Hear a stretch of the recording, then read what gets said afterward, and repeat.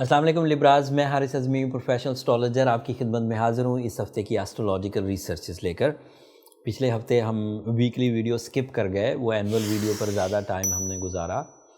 लेकिन ये हफ़्ता जो 19 दिसंबर से शुरू होकर 25 दिसंबर तक जाने वाला है, ये अब आपकी मसरूफ़ियत में बहुत इजाफ़ा करेगा और आपके लिए इम्पॉर्टेंट बहुत है। लिब्राज में तफ़सील बयान करूँगा। इवेंट पिछले हफ़्ते जो गुज़रे और इस हफ़्ते सब मैं पहले बयान कर दूँ एंड फिर उनकी एक्सप्लेनेशंस आपको देता हूँ। जो हफ्ता हमने मिस किया उसमें मार्स नाम का एक प्लैनेट है, आपके थर्ड एंगल पर आ चुका है 13 दिसंबर को। वो हफ्ता हमने बयान नहीं किया था। वो क्या कर सकता है इसमें थोड़ा सा जिक्र करूँगा। आपका रूलिंग प्लैनेट वीनस 19 दिसंबर को रेट्रोग्रेड हो जाएगा and that is not a good news. Mercury आपके लिए आपके फोर्थ एंगल पर है। सूरज 21 तारीख को फोर्थ एंगल पर आ जाएगा एंड फुल मून होगा 19 तारीख को और वो आपके 9th एंगल पर होगा। तो सिवाय इसके कि आपका जो रूलिंग प्लैनेट रेट्रोग्रेड होने वाला 19 तारीख को, बाकी सब खबरें अच्छी हैं और वो अच्छी खबरें इतनी अच्छी हैं कि वो जो वीनस की रेट्रोग्रेशन है आपके रूलिंग प्लैनेट की, उसको भी इंशाल्लाह कवर कर जाएंगी। So don't you worry. But वो इवेंट तो है, ऐसा तो नहीं है कि वो इवेंट होगा ही नहीं। एस्ट्रोलॉजिकली वो रेट्रोग्रेड होगा, पीछे को जाएगा और कमज़ोर हालत होगी और उसकी वजह से आपको कुछ ट्रबल होगी। चलिए उसी के बारे में बात करते हैं। Venus is your ruling, fourth angle पर रेट्रोग्रेड होगा, 19 दिसंबर को रेट्रोग्रेड होगा और 28 जनवरी तक रेट्रोग्रेड रहेगा। इस असना में जो आपकी जज्बाती कैफियत हैं वो थोड़ी डाउन होंगी, specially your love side, specially your romance या उस तरह की चीज़ें, ये उसका डायरेक्ट इम्पैक्ट है। उसका इनडायरेक्ट इम्पैक्ट क्या है कि वो आपके फर्स्ट एंगल का रिप्रेजेंटेटिव है। तो आपकी जो ज़ाती नौइयत की खुशियां हैं, आपका कॉन्फिडेंस, आपकी सिंसियरिटीज़, आपका टेस्ट, आपकी अट्रैक्शंस, उनमें भी कुछ कमी आएगी।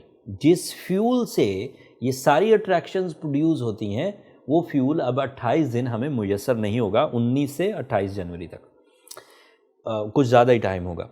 एंड ये आपके 8वें घर का भी रिप्रेजेंटेटिव है। तो लोगों के रवैये आपके लिए हार्श हो सकते हैं, आपके लिए मटेरियल एक्सपेंडिचर इंक्रीज़ कर सकते हैं, लिटिगेशन टाइप इश्यूज बढ़ सकते हैं एंड कंपेनियनशिप इश्यूज लाइक लोगों का आप पर शक करना, आपके प्यारों का आप पर शक करना, this is a possibility.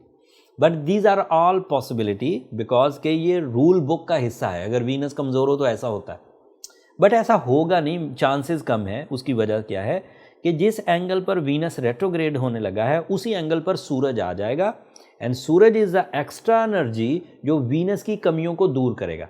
That is my observation as a professional astrologer since 20 years.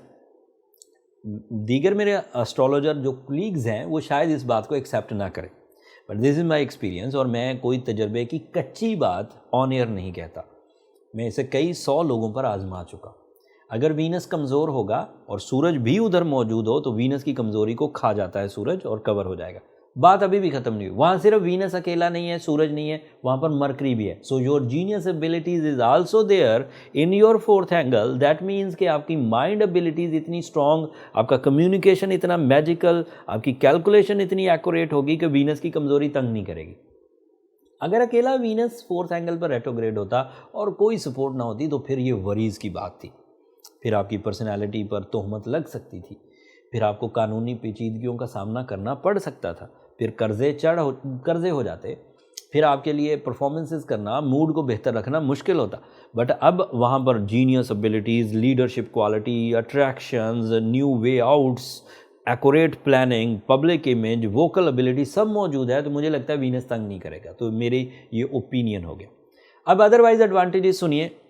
अगर सूरज चौथे घर में हो, एक साल में एक ही दफ़ा आता है, पहली दफ़ा आया, पूरे 11 महीने के बाद फर्स्ट टाइम आया है 11th एंगल पे। So you are the candidate of some luxuries, expensive चीज़ों का यूज़, लाइफ स्टाइल अपग्रेडेशन, घर की ताज़ीन व आराइश, ट्रैवलिंग एंड फैमिली वेलफेयर। ये सब सूरज के सीज़न में हुआ करती है। ट्रैवलिंग हुआ करती है, गेट टुगेदर्स हुआ करते हैं। These are the possibilities. Suraj का दूसरा एडवांटेज, अगर सूरज चौथे घर में हो या सूरज कभी भी पॉजिटिव एंगल पर हो, कभी भी चौथे घर में हो या किसी और एंगल पर, जब भी सन प्लेजेंट होगा तो लिब्रा को सडन गेन चांसेस बढ़ जाते। सडन गेन मीन थोड़ी मेहनत ज़्यादा फ़ायदे, या बिल्कुल भी मेहनत नहीं और बहुत बड़े फ़ायदे। These are the possibility. And that possibility is start expected है 19 दिसंबर से सो ऑन। अब ये सूरज की, फिर मरकरी की आप पोजीशन सुनिए। मरकरी चौथे घर में अकेला क्या करता है कि आप जो भी प्लान करेंगे वो बहुत एक्यूरेट होगा, वो बहुत टारगेटफुल होगा, बहुत आसान होगा।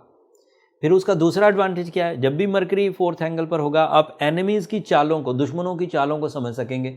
और जब चाल को समझ गए तो जाहिर बात है आसानी से शिकस्त नहीं खाएंगे। तीसरा फ़ायदा क्या होता है कि अगर मरकरी अच्छी पोजीशन पर हो तो आपकी एजुकेशनल फैक्टर की जितनी भी चीज़ें हैं, चाहे आप स्टूडेंट हैं, चाहे आप हायर एजुकेशन अर्न कर रहे हैं, चाहे आप कुछ बुज़ुर्गों से चीज़ें सीख रहे हैं, चाहे रूहानियत की तरफ जा रहे हैं, चाहे अपने अंदर ही निखार लाने की कोशिश कर रहे हैं, ये सब फैक्टर इंक्रीज़ कर जाते हैं। ये सब सीखने का अमल कहलाता है। मैं लोगों की नीयतें पढ़ रहा हूँ, ये किताब पढ़ने जैसा नहीं है, लेकिन ये भी सीखना कहलाएगा। मैं लोगों के रवैये पढ़ने की कोशिश कर रहा हूँ, ये किताब पढ़ने जैसा नहीं है, लेकिन ये भी सीखने का अमल कहलाएगा। मैं बड़ों की खिदमत करने की कोशिश कर रहा हूँ, पहले मुझे नहीं आती थी, मैं नए तरीके से सीख रहा हूँ, तो दैट मीन्स ये भी एक लर्निंग सेक्टर है, लेकिन ये किताब जैसा नहीं है।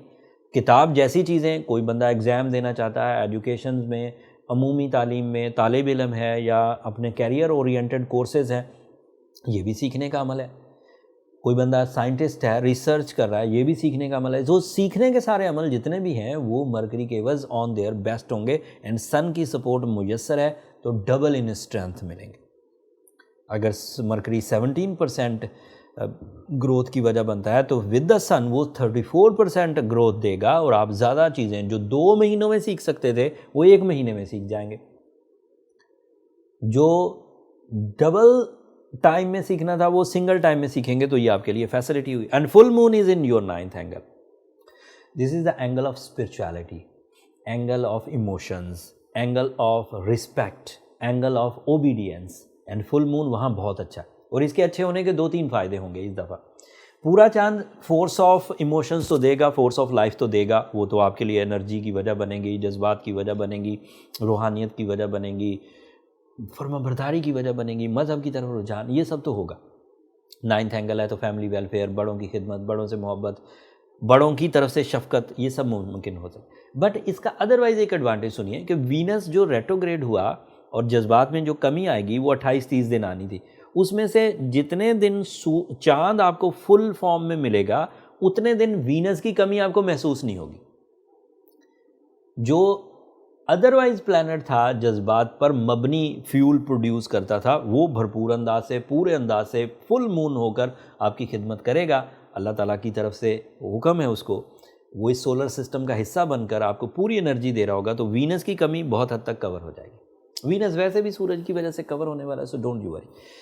लेकिन उसके बावजूद अगर कोई लिब्रा अपने कंपेनियनशिप में कंप्लेनिंग है, अगर कोई लिब्रा अपनी रोमांस साइड पर ऑलरेडी कंप्लेनिंग है, ऑलरेडी कंप्लेनिंग का मतलब है वो पेशेंट बिहेव कर रहे हैं, दोनों में से कोई एक, अगर दोनों ही लिब्रा है तो दोनों ही प्रॉब्लम करेंगे, अगर दोनों में से कोई एक लिब्रा है तो वीनस की वीकनेस उनको प्रॉब्लम करेगी, और अगर वो सेंसिटिव लिब्रा भी हैं तो प्रॉब्लम बढ़ेगी, इतनी बढ़ेगी कि पेनल्टीज़ क्रिएट होंगी, लॉसेस।